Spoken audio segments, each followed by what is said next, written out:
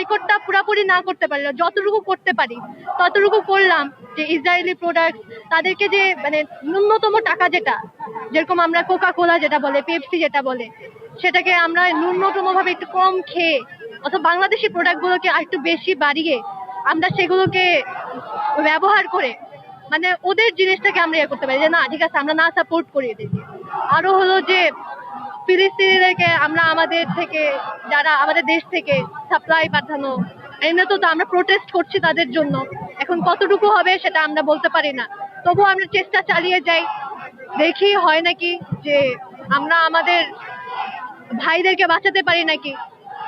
ছোট ছোট বাচ্চারা প্রতিনিয়ত মারা যাচ্ছে, আমরা দোয়া করতে পারি, আমাদের দিক থেকে এতটুকু করতে পারি। গ্লোবাল স্ট্রাইক যেটা, এটা তো মানে লোক দেখানো বলতে গেলে অনেকটা, কিন্তু আমাদের মনে হয় যে আমাদের এখানে আর্মি পাঠানো বা যে কোনো ধরনের সুযোগ সুবিধা, যে কোনো ধরনের সহযোগিতা এখানে পাঠালে ভালো হয়।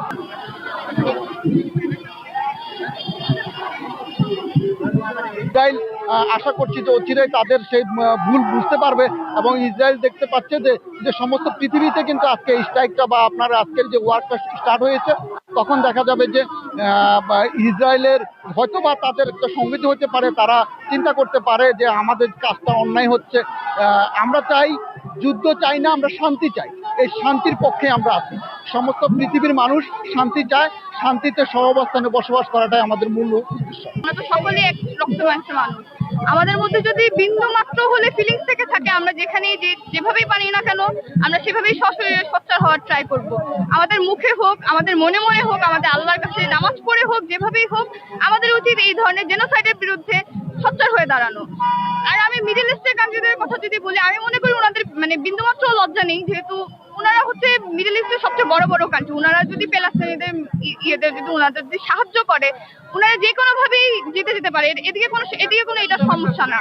সমস্যাটা হচ্ছে এখানে ওনারা হচ্ছে নিজেদের চুক্তির বিরুদ্ধে আছে, নিজেদের পাওয়ারের বিরুদ্ধে আছে, কারণ ওনাদের পাওয়ার নিয়ে ওনারা হচ্ছে আমেরিকার ইয়েতে, তারপর হচ্ছে ইসরায়েলের পাশে ওনারা দাঁড়াতে চাচ্ছে।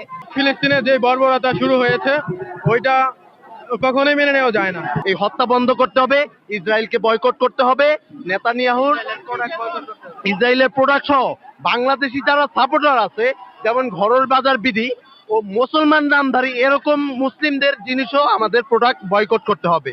এটাই হচ্ছে আমাদের কথা। এখন যদি এইটা কোনো খ্রিস্টান বা অন্য ধর্মেরও মানতো, সেইটাও আমি মুসলমান হিসেবে মাইনে নিতাম না কখনোই। ইসলাম কখনোই রাহাজানি, কাউকে অন্যায়ভাবে খুন করা, হত্যা করা, এটা কখনো সাপোর্ট করে না।